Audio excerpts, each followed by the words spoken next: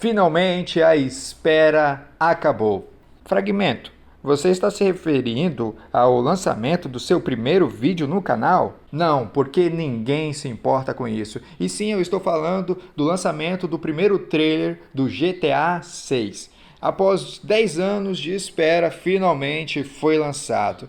E com isso, trouxe vários rumores sobre o jogo e sobre a sua violência. Inclusive, outros rumores até diziam que o jogo se passaria no Brasil. E eu fiquei pensando, imagina se ele se passasse no Rio de Janeiro. Realmente, eu acho que a violência seria tão grande, que a Rockstar precisaria criar uma nova faixa etária. A faixa etária do adulto de classe média, habilitado, com habilitação original e com a mente totalmente sã, comprovado por um psiquiatra. E aí sim ele poderia jogar o jogo numa boa. E ainda dizem que para quem jogasse no Rio de Janeiro, os efeitos seriam tão realistas que você poderia até mesmo sentir as dores dos projéteis atingindo você. E claro, provavelmente você pararia no hospital com alguns sangramentos. E de fato, toda essa discussão sobre o trailer do GTA 6 e blá blá blá trouxe à tona novamente a relação dos jogos violentos a influenciar alguém a cometer crimes terríveis e tudo mais. Afinal, o GTA 6 é um jogo extremamente violento. E olha que nem lançou, mas a gente já sabe que vai ser. Então, comentar sobre o caso Pesseguini tem tudo a ver com este tema. Afinal, o crime foi rodeado de muitos mistérios e suposições. E a suposição mais marcante foi que toda a motivação do crime foi baseada por causa de um jogo de videogame. Mas será que é verdade? Fica uma pergunta aí no ar. Então, sem mais enrolação, por gentileza, curta, se inscreva no canal e compartilhe isso com seus amigos, com a sua avó, com a sua tia, com seu papagaio e com a tua irmã, para que mais pessoas tenham acesso ao meu canal, que está só começando. Então, por favor, dá essa força aí, é de graça, não custa nada.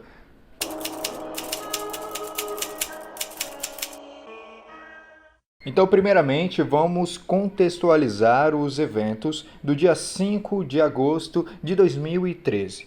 Bem, na noite do crime, primeiramente foi eliminado o Luiz, que ele estava dormindo de bruços e ele foi pego de surpresa, de modo que ele nem sequer percebeu. Ouvindo os disparos, a mãe provavelmente foi para a sala ver o que estava acontecendo. Ela viu o estado do marido, se ajoelhou e foi até ele, e aí ela foi surpreendida.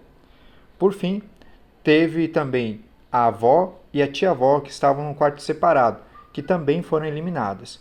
Após isso, o garoto saiu da casa e foi com o carro da mãe para um outro local. E essa parte aí é a parte mais intrigante, porque de acordo com a defesa da família, isso só foi possível porque ele estava junto com o comparsa, porque o garoto seria incapaz de dirigir algum automóvel, porque os pais jamais ensinariam ele. No entanto, convenhamos, né? Como diria o Vin Diesel. Aqui é o Brasil!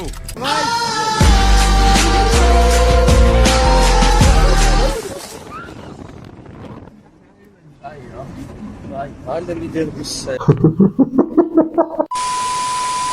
Então, basta você ir para o interior que você vê uma criança dirigindo um carro, ou então basta você pegar e ir lá para o Vietnã. Pera aí, Vietnã não. Você já viu o filme Cidade de Deus? Pronto, ali mostra uma porrada de criança utilizando arma de fogo, que é tipo fácil de se utilizar. Não é difícil, inclusive esse é o intuito das armas de fogo, ser fácil de utilizar. Então não dá para simplesmente pegar e dizer que seria impossível o garoto saber dirigir e saber manusear a arma. Não, isso não era nada impossível, era muito possível e as condições físicas dele permitiam que ele fizesse tais coisas. Inclusive, na época, ele já tinha até 1,52 m aproximadamente. Então, sim, ele tinha condições de fazer isso. No entanto, realmente fica uma dúvida sobre o comparsa, por quê? Depois que ele foi para a escola, ele fez algumas atividades e ao invés de voltar no carro da mãe, ele decidiu pegar uma carona com o pai de um colega, ao invés de pegar o carro que ele veio, né? Então, por que ele pegou uma carona? Aí está uma teoria realmente válida. Por que será que ele não voltou com o carro, sendo que ele veio com o carro? Será que ele estava com medo, talvez, de que o comparsa que estava esperando ele no carro fizesse alguma coisa contra ele? Será que ele estava começando a suspeitar de que tinha alguma coisa de errado?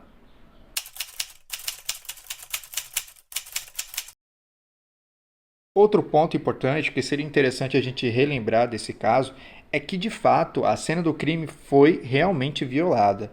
Porque o que acontece? Estavam espalhados pela casa várias cápsulas do crime. E aí um determinado policial decidiu, para não ficar chutando essas cápsulas, decidiu pegar todas elas e colocar em cima de um móvel, o que foi uma burrice tremenda, porque ao fazer isso, ele abriu um leque de questionamento e teorias da conspiração a partir daí. Porque se uma coisa tão pequena foi violada, o que garante que o resto também não foi? Afinal, existia dezenas de policiais dentro da casa no dia do crime. Dezenas. A casa estava abarrotada, com uma quantidade que ela não suportava de tanta gente. De modo que era quase que difícil a cena do crime não ter sido mexida, nem que seja um pouco. Mas fica aí a dúvida. Será que, de fato, os policiais manipularam toda a situação? Será que o garoto ele estava com comparsa realmente? Ou será que o mais simples é a verdade? Será que, de fato, o garoto foi quem cometeu os crimes, motivado por um jogo de videogame? E agora a gente chegou no ponto máximo da nossa discussão. Será que jogos de videogame podem te influenciar a cometer algum crime? Tire a sua mãe da sala, para que ela não proíba você de jogar Fortnite e Free Fire. E agora, vamos direto ao ponto. Primeiro, quais são os fatos científicos? Eu pesquisei vários, e existem vários artigos que falam sobre isso, não há um consenso. Mas algo tem em comum, que sim, a pessoa que joga jogos violentos, a percepção dela para com a violência é reduzida. Ou seja, quando ela vê uma cena chocante, ela não se abala tanto. Mas isso não é só para quem joga videogame não, tá? Porque, por exemplo, se você é da área da enfermagem ou algo do tipo, você acaba se deparando com algumas situações terríveis, pesadas, né? E com o tempo, a sua percepção para com a violência vai sendo gradativamente reduzida também. Então, isso é mais um fato biológico, né? Você se depara com uma situação frequentemente e ela passa a ser reduzida. Você não sente mais o impacto que você sentiria antes. Agora, quando se trata de motivar alguém a cometer crimes, não tem nenhuma base científica. Por quê? Porque existem outros fatores que sim fazem muito mais diferença do que um simples jogo de videogame. E aí é isso que a gente vai entender com o caso do Marcelinho.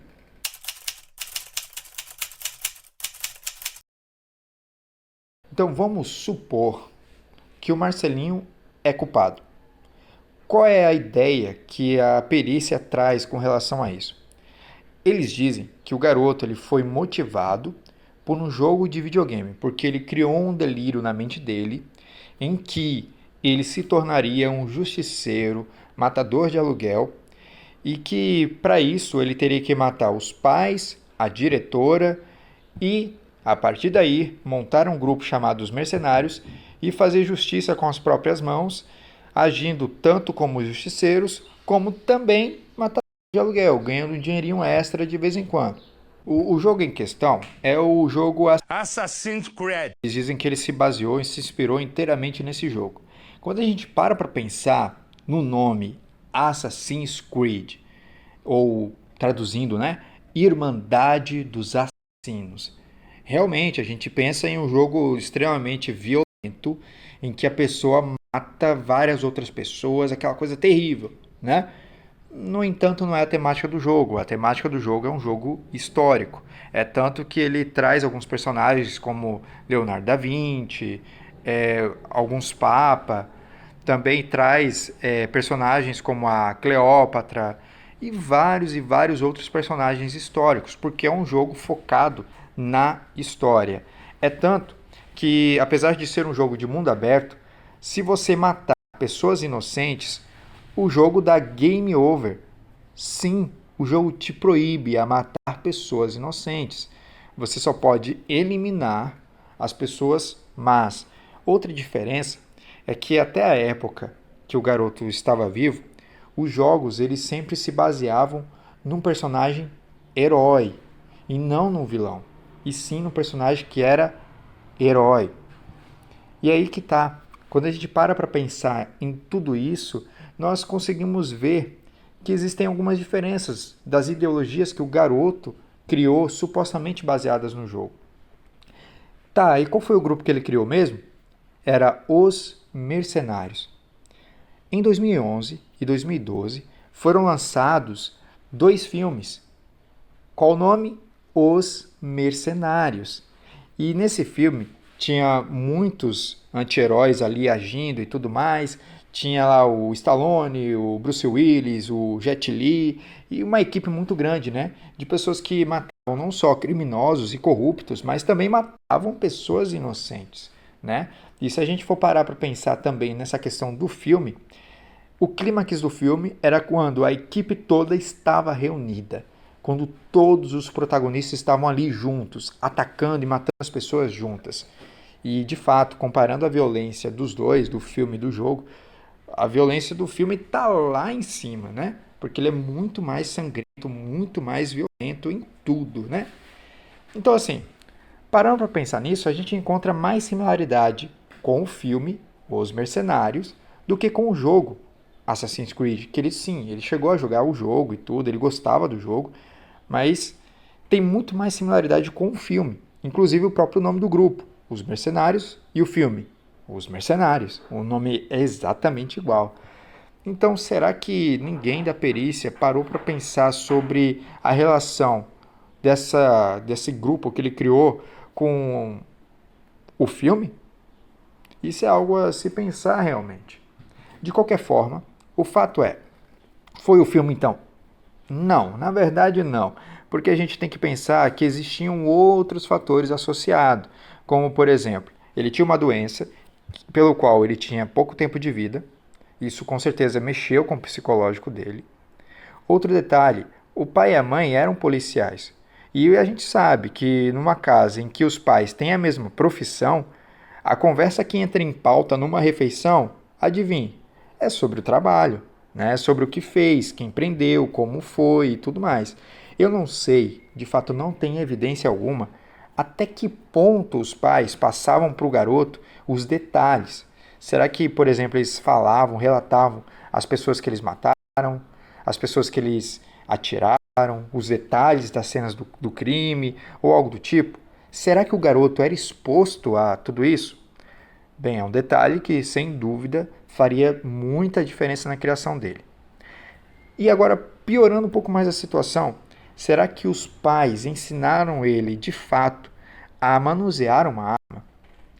Bem, nós sabemos que os pais que são policiais militares, geralmente, não só policiais militares, mas policiais civis também, eles procuram ensinar pelo menos o básico. Mas por uma intenção de segurança, não para atiçar a curiosidade do garoto, mas para mostrar para ele, ó, aqui funciona desse jeito, o gatilho faz isso e tal, aqui trava, aqui destrava, porque vai que numa ocasião o garoto pega a arma sem querer, sem intenção assim.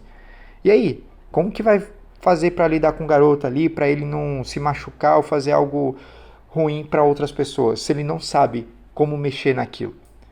Então, sim, infelizmente, muitos pais acabam tendo que explicar realmente por uma questão de segurança até. Imagine tudo isso. O garoto cresce sabendo que tem pouco tempo de vida, então ele tem que aproveitar o máximo que pode, ele tem que fazer a marca dele, fazer o nome dele, para que as pessoas nunca se esqueçam dele. Né? Afinal, ele tem pouco tempo de vida, então ele tem pouco tempo para construir uma carreira, para construir uma fama. Né? E em meio a tudo isso, ele vive num ambiente em que ele é exposto a muitas coisas violentas. E eu digo verdadeiramente violentas, né?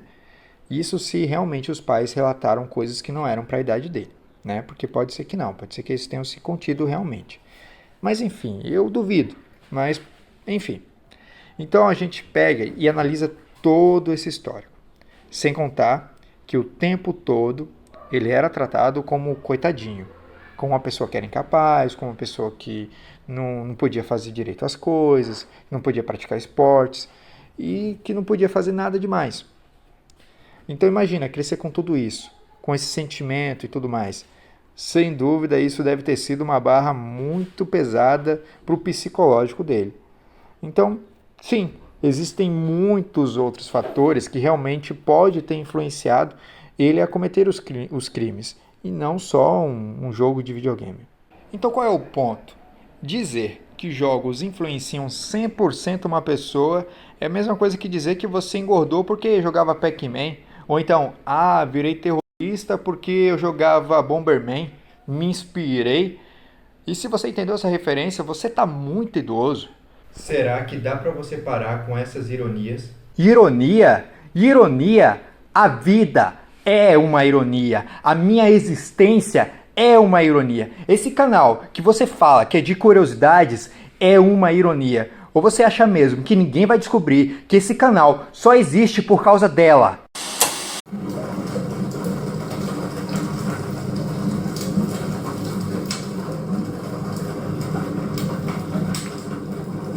Infelizmente, um de nossos fragmentos acabou se exaltando e por isso eu vou dar continuidade ao vídeo. Qual a conclusão de tudo isso? Nós podemos concluir que a verdade ela não é nem preto e nem branco. A verdade é cinza. Ou seja, nós não conseguimos simplesmente dizer se o Marcelinho é inocente ou culpado. Afinal, existem muitas perspectivas em relação a tudo o que ocorreu, mas a perspectiva que sabe dos fatos verdadeiros, infelizmente, não está mais entre nós. Então, aprendemos uma grande lição em relação a isso, que além dos jogos, nós temos muitas outras influências, que é dentro de casa, dentro da escola e na sociedade de maneira geral, que podem nos influenciar a cometer um crime. Agora, relacionado à questão dos jogos, será que eles, por si só, seriam capazes de influenciar alguém a matar? Antes de respondermos a pergunta, primeiro peço para que vocês compartilhem este vídeo com o máximo de pessoas possível, com seus amigos, seus parentes. Também curta este vídeo e se inscreva no canal caso você não seja ainda inscrito. Bem, a nossa equipe fez uma enquete local e chegou a uma conclusão. Eu vou ler para vocês. A conclusão diz assim: jogos violentos têm violência. E o GTA 6 vai ser bom demais. Foi você que fez isso, né? Seu